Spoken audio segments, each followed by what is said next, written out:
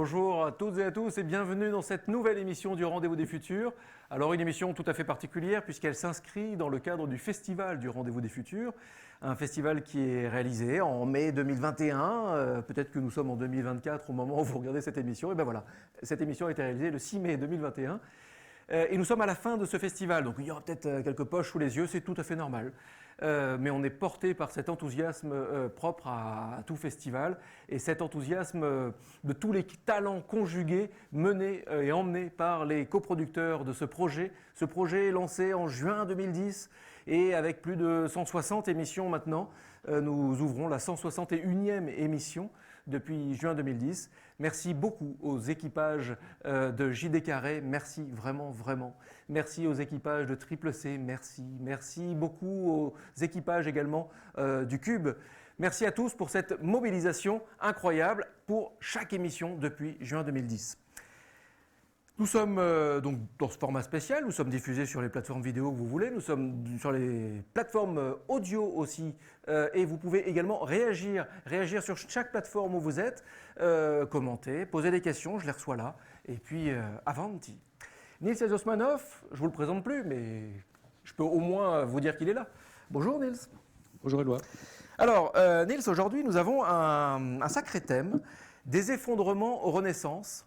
Alors là, tout est dit, mais pas tout finalement, puisque nous allons notamment nous attarder, ou plutôt illustrer ce thème à travers une exposition qui est lancée en ce moment à la Cité des Sciences et de l'Industrie. Et nous avons beaucoup de chance puisque nous avons Christelle Guiraud. Bonjour Christelle. Oui, bonjour. Christelle, vous êtes la commissaire d'exposition de cette exposition à la Cité des Sciences et de l'Industrie.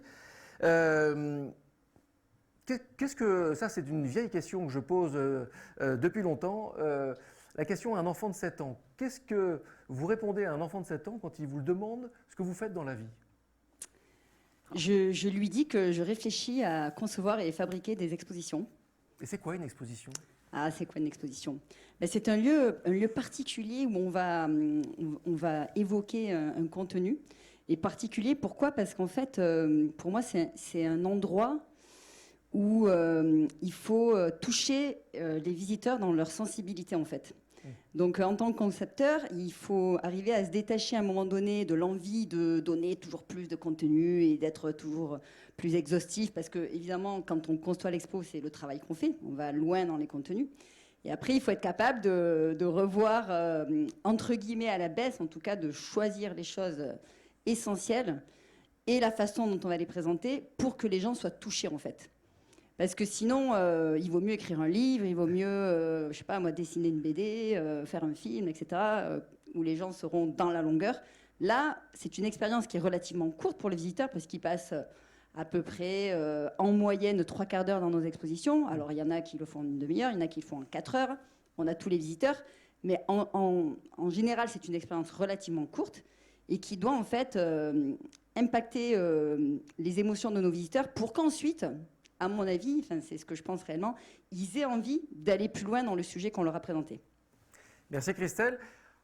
On va parler vraiment de l'exposition que vous lancez en ce moment, l'exposition Renaissance à la Cité des Sciences et de l'Industrie. Mais on va en parler, mais on va d'abord regarder quelques images, le teaser de l'expo en quelque sorte.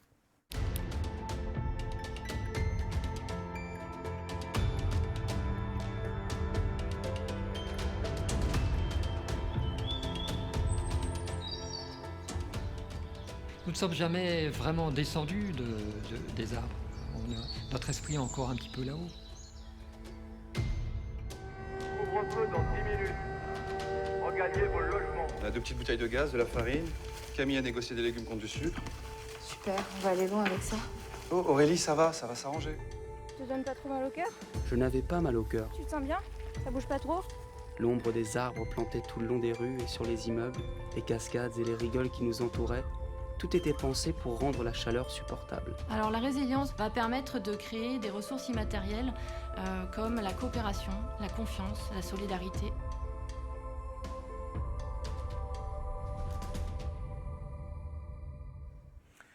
Alors moi ce que je pense, c'est que c'est une exposition qui fera date.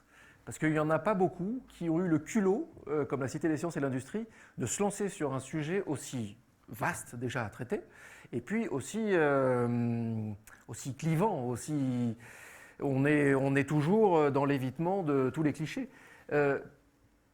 Comment et pourquoi déjà vouloir parler d'effondrement, et puis à travers le mot-clé Renaissance, bien sûr, à la Cité des Sciences? Eh bien, en fait, c'est quelque chose qui a son historique, puisque au départ, il y a eu une idée de faire un thème autour de la survie. Et très rapidement, finalement, on s'est rendu compte que ce thème, il était un peu faible à lui tout seul. D'ailleurs, il existe des expositions sur le thème de la survie, principalement américaines. Et bon, on passe un bon moment parce que il y a tout l'univers du stage de survie. Et mais puis là, c'est la survie au sens survivalisme aussi. On est voilà. pas loin. Et puis comment faire du feu en forêt, etc.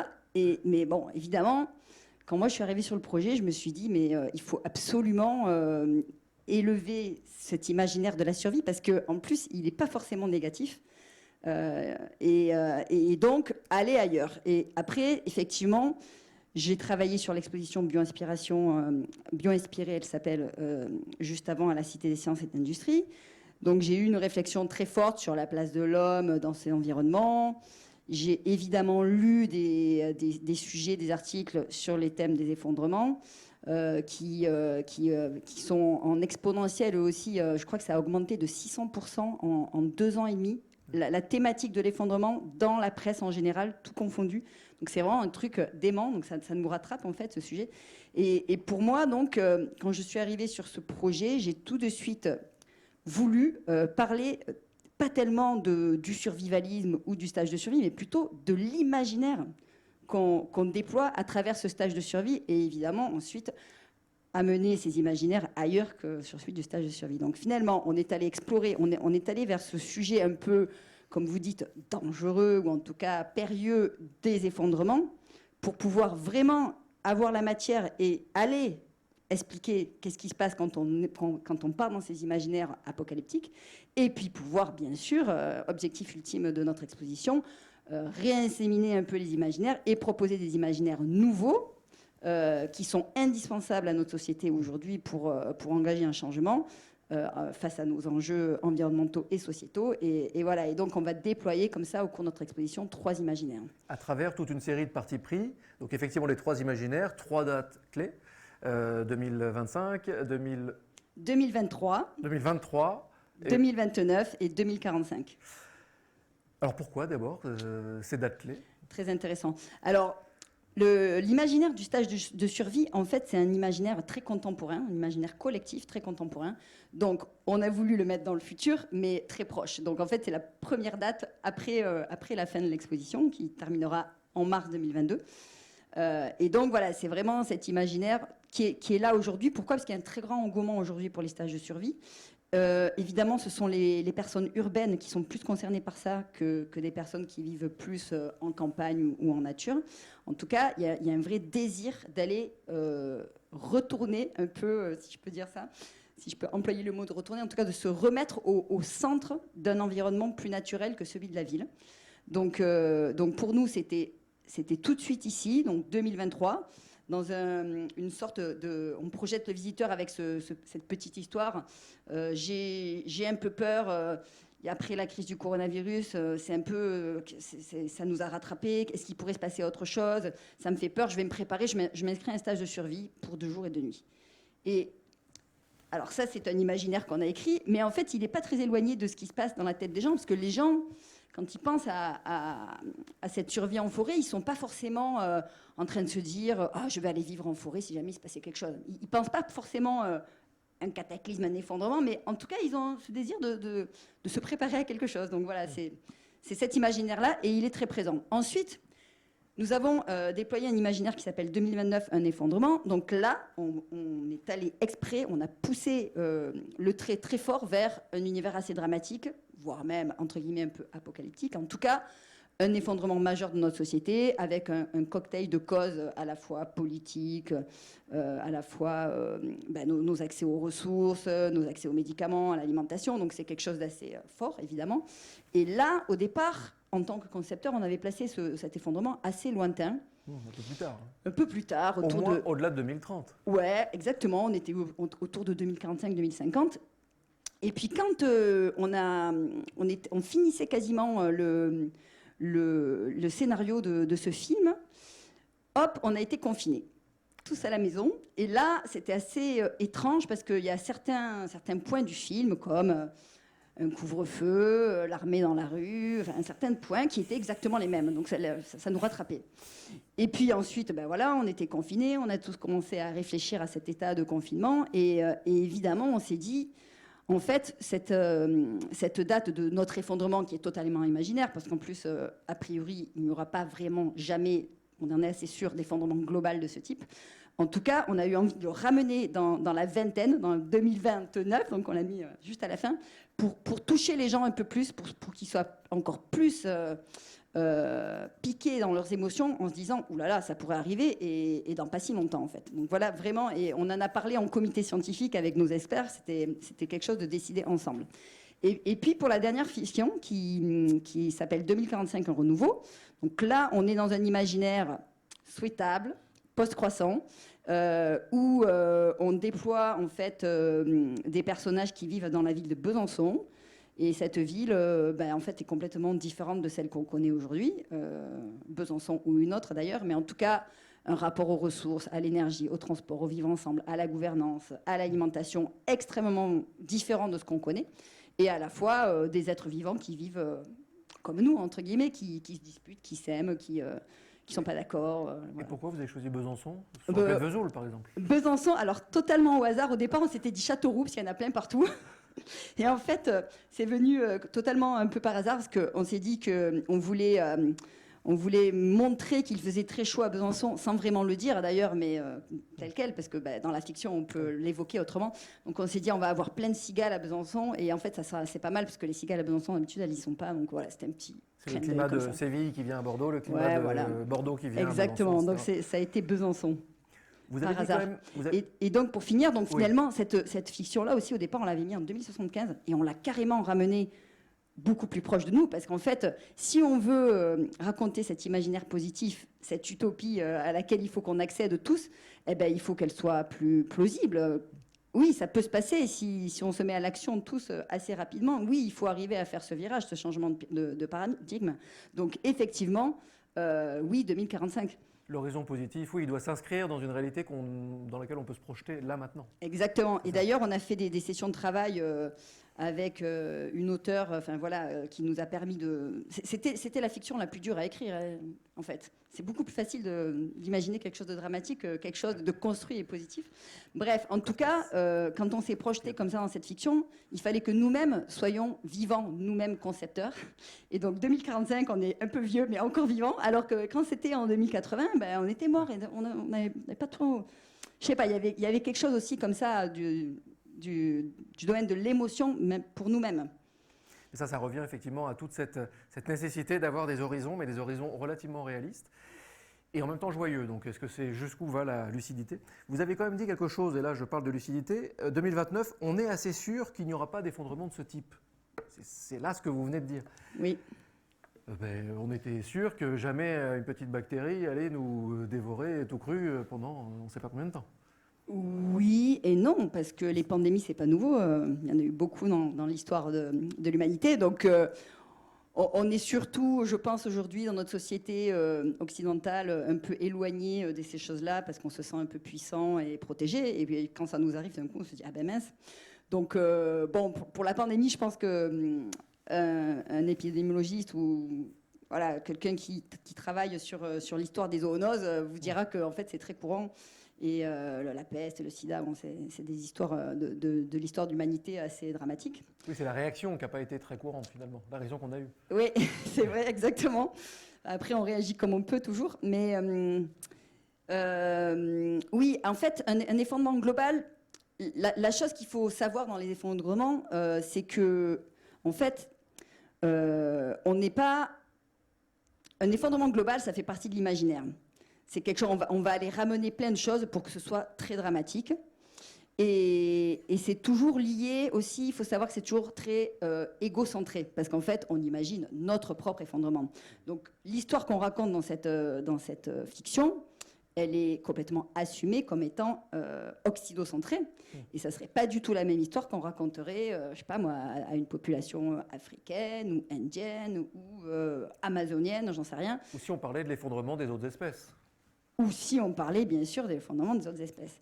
Donc effectivement, ça c'est une chose. Après, les effondrements, et justement les effondrements au pluriel, finalement, c'est les effondrements au pluriel, et c'est pas un effondrement. Et ça, on offre cette analyse dans l'exposition.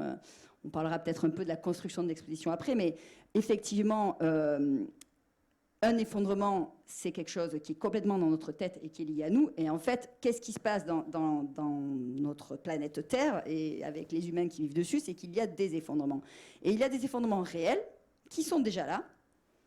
Vous les connaissez tous, le changement climatique, la perte de biodiversité, évidemment des inégalités sociales importantes, des démocraties un peu en péril, enfin voilà, et tous les scientifiques, biologistes, des sciences politiques ou les sociologues les identifient très bien. Donc ça, ce sont des effondrements réels et ils sont locaux, c'est-à-dire qu'il y en a qui sont globaux, il y en a qui sont locaux, mais c'est souvent lié à une localité.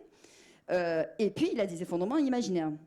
Un effondrement imaginaire que nous, on déploie très facilement, nous, Européens, c'est dans 5 ans, il n'y aura plus de pétrole. Ça, en fait, c'est quelque chose qui dépend de beaucoup d'éléments. Et en fait, du pétrole, si on va le chercher, il y en aura encore pendant longtemps. Et donc, voilà. Mais c'est un effondrement imaginaire qui est très fort.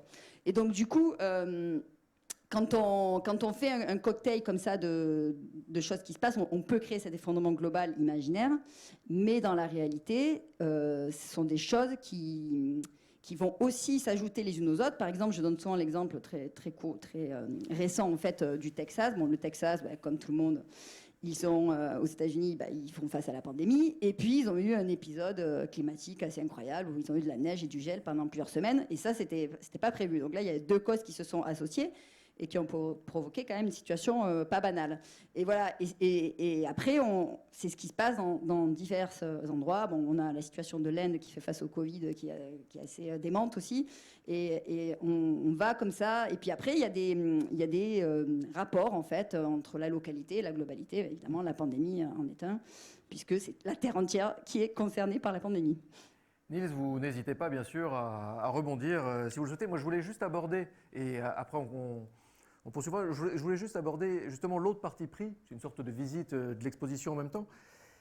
Un parti pris du coup de proposer vous-même de nourrir cet imaginaire avec des fictions vidéo, des fictions visuelles et des fictions sonores aussi. Et ça, c'est pas banal, la fiction sonore. Vous avez considéré que le son faisait vraiment partie de cette puissance d'imaginaire à proposer aux visiteurs. Complètement. Alors, du coup, je vais faire un petit détour. Ces 3 fictions dont on vient de parler, en fait, elles sont traitées muséographiquement de 3 façons différentes. Et ça, c'est toujours intéressant parce qu'on varie la posture du visiteur, mais aussi parce qu'on va aller le toucher différemment. Donc, la fiction du stage de survie, c'est une fiction qui est assez légère, finalement. Et du coup, elle est traitée sous forme d'un jeu dans l'exposition à la Cité des Sciences, en tout cas. Et elle est déclinée dans le site internet dans Renaissance en ligne. En tout cas, à la Cité des Sciences, c'est un jeu que les gens vont jouer avec leur téléphone portable dans un décor de forêt. Et en fait, ils seront dans cette forêt, évidemment, qui n'est pas une vraie forêt, mais la forêt au musée. Et ils vont, avec leur téléphone portable, directement interagir avec le décor.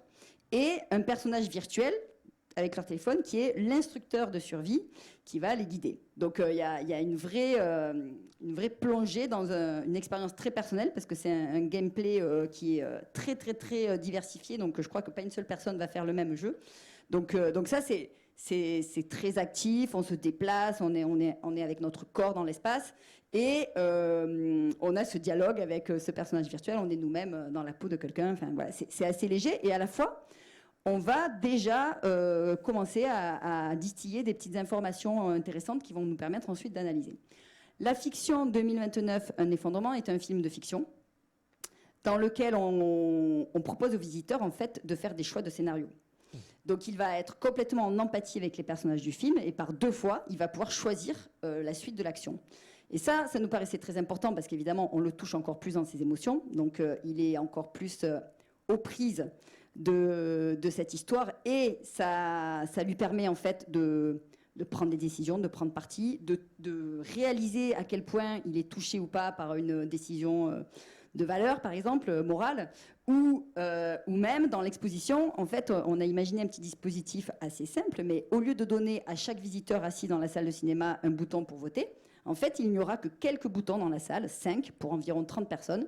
Du coup, les gens ils vont être obligés de se rassembler autour des boutons, qu'ils se connaissent ou pas. Alors, si on vient en famille, on est 5 autour de boutons, mais des fois, on est avec les visiteurs qui sont là à côté de nous. Et déclencher une petite discussion de 30 secondes, 40 secondes pour décider quoi voter. Et là, les visiteurs, ils vont aussi expérimenter leur position eux-mêmes.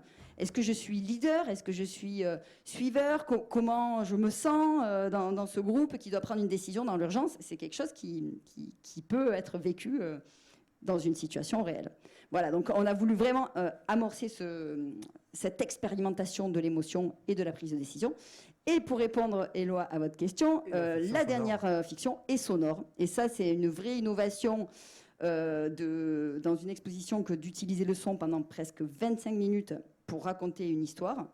Et pourquoi le son? Parce qu'il nous paraissait complètement évident que pour cette fiction positive d'un futur désirable et souhaitable, il n'était pas opportun de nous, concepteurs d'expo, proposer des images. Et donc, en fait, on veut que les visiteurs fabriquent leurs propres images à travers l'histoire qu'on leur offre.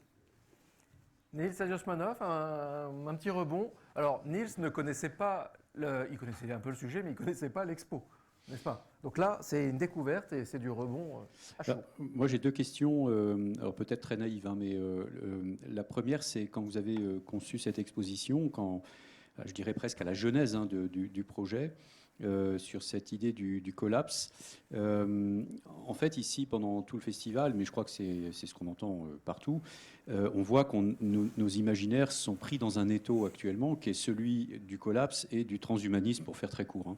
Donc, ma première question, c'est est-ce que dans les discussions qui ont présidé à la conception de cette exposition, ça a été débattu ou pas, ou d'emblée l'axe collapsologie était l'axe, je dirais, retenu? Et ma deuxième question, qui n'a rien à voir, c'est donc j'ai compris qu'il y avait quelque chose de très fort dans cette exposition en termes d'expérience qui était proposée à travers la réalité augmentée, à travers la dimension participative, enfin en tout cas de choix de décision, de scénario sur le film, et puis cette fiction sonore. Et je me posais une question, alors là, qui est vraiment peut-être très naïve, mais là encore, qui est un rebond de beaucoup de choses qu'on a entendues dans ce festival, et notamment avec Éric Scherer, qui est le directeur de la prospective de France Télévisions, ou Anne-Sophie Novelle, où on parlait du futur des médias, donc on n'est pas très très loin, quelque part, de comment on gère des contenus, et où la question non pas de la participation, mais de l'écoute du public, est une question qui, aujourd'hui, commence à intéresser les médias. Pourquoi? Parce qu'ils sont en train de se faire disrupter par les réseaux sociaux. Les médias n'écoutant pas, eh bien les gens s'écoutent entre eux autrement. Et est-ce que cette question est une question qui vient aussi un petit peu bousculer ou pas? Ou est-ce que vous la réglez d'une certaine manière? Donc la question qui est de dire on n'est plus simplement dans l'information descendante, même si vous créez de l'expérience et de la participation, mais où il y a aussi cette notion d'écoute et comment elle se joue, si elle se joue dans l'expo. Alors, 2 questions et 2 minutes pour répondre. Alors, très rapidement, la question du collapse et du transhumanisme. En fait, on a tout de suite écarté la question du transhumanisme parce que on a, avec le comité scientifique et puis par nos lectures, le commissariat de l'exposition, tout de suite, pour nous, il est évident que c'est pas la technologie, c'est pas la science qui va sauver le monde, si je le dis très rapidement, et qu'il ne faut surtout pas s'engager dans la voie de quand on n'aura plus de solution sur Terre, on ira sur Mars. Je fais des caricatures un peu fortes, mais comme ça va droit au but pour cette petite minute. Donc voilà, on n'a pas du tout voulu parler de transhumanisme pour ce monde possible désirable. Donc ça, c'est un choix éditorial très très fort et on l'assume. Donc le choix de parler de l'effondrement, là, c'était pour nous plus intéressant parce qu'en fait, justement, quand on imagine qu'est-ce qui pourrait nous arriver de compliqué, de dramatique. Ça nous permet de encore plus prendre conscience. Donc, depuis quelques années, on voit que la prise de conscience du changement climatique est quand même là, dans la société civile de façon générale, y compris les jeunes, évidemment, qui sont très préoccupés. Donc, c'est très bien, mais il faut encore en parler, parce qu'en plus, il n'y a pas que le changement climatique, mais c'est bien quelque chose de général. Donc, ça nous paraissait beaucoup plus opportun d'aller dans cet imaginaire-là. Voilà, si je réponds un peu rapidement. Et la question de l'écoute du public, elle est très importante. Évidemment, l'expo s'appelle Renaissance au pluriel parce qu'il est évident qu'il n'y a pas un futur, mais plusieurs à construire, plusieurs par rapport aux localités dont je parlais tout à l'heure, et en plus plusieurs parce qu'en plus tout peut changer, peut évoluer. Enfin, il y a cette notion de résilience, si on la prend de façon très biologique, c'est être adaptable à un changement de l'environnement. Et c'est d'ailleurs le succès de la vie en général. L'évolution de la vie, c'est bien parce que les espèces vivantes sont diverses et qu'elles peuvent donc être adaptées. C'est pas qu'elles s'adaptent, mais être adaptées à des changements de l'environnement. Donc, nous sommes des vivants comme les autres vivants non humains. Et donc, voilà, c'est vraiment cette diversité qui est importante avec le S de Renaissance et le S de Futur. Alors, évidemment, dans notre histoire, 2045, un renouveau, on est obligé de raconter une histoire avec une unité de lieu, de personnages, etc. Mais ce S, il est très important. Et donc, nous avons décidé vraiment depuis le début de l'exposition, et ça a été complètement assumé et redit par le comité scientifique, de donner la parole aux visiteurs. Donc, à la fin de l'exposition, et bien sûr sur Renaissance en ligne, ils pourront s'exprimer sur leur vision du futur. Donc, ils vont écrire ou dessiner dans un dispositif numérique leurs propositions, qui ensuite vont partir dans une sorte de fresque et de tableau numérique infini, parce que ça va pouvoir accueillir un nombre indéfini de propositions. Et ça sera une espèce de grand tout comme ça qui va permettre d'aller voir ce que les gens ont à nous dire. Et ça nous permet aussi, pour ceux qui voudraient ne pas se prêter au jeu, parce que c'est pas si facile en fait, d'avoir beaucoup de contenu à regarder, et qui est du contenu, non pas des experts, des scientifiques ou des commissaires, mais le contenu de tous les gens qui seront venus voir l'exposition. Et qui est un imaginaire puissant, enfin, une fois qu'on crée cette mosaïque, ça crée un imaginaire intéressant, quoi. Merci beaucoup Christelle Guiraud, merci et bienvenue dans le paysage à cette nouvelle exposition, l'exposition Renaissance à la Cité des Sciences et de l'Industrie.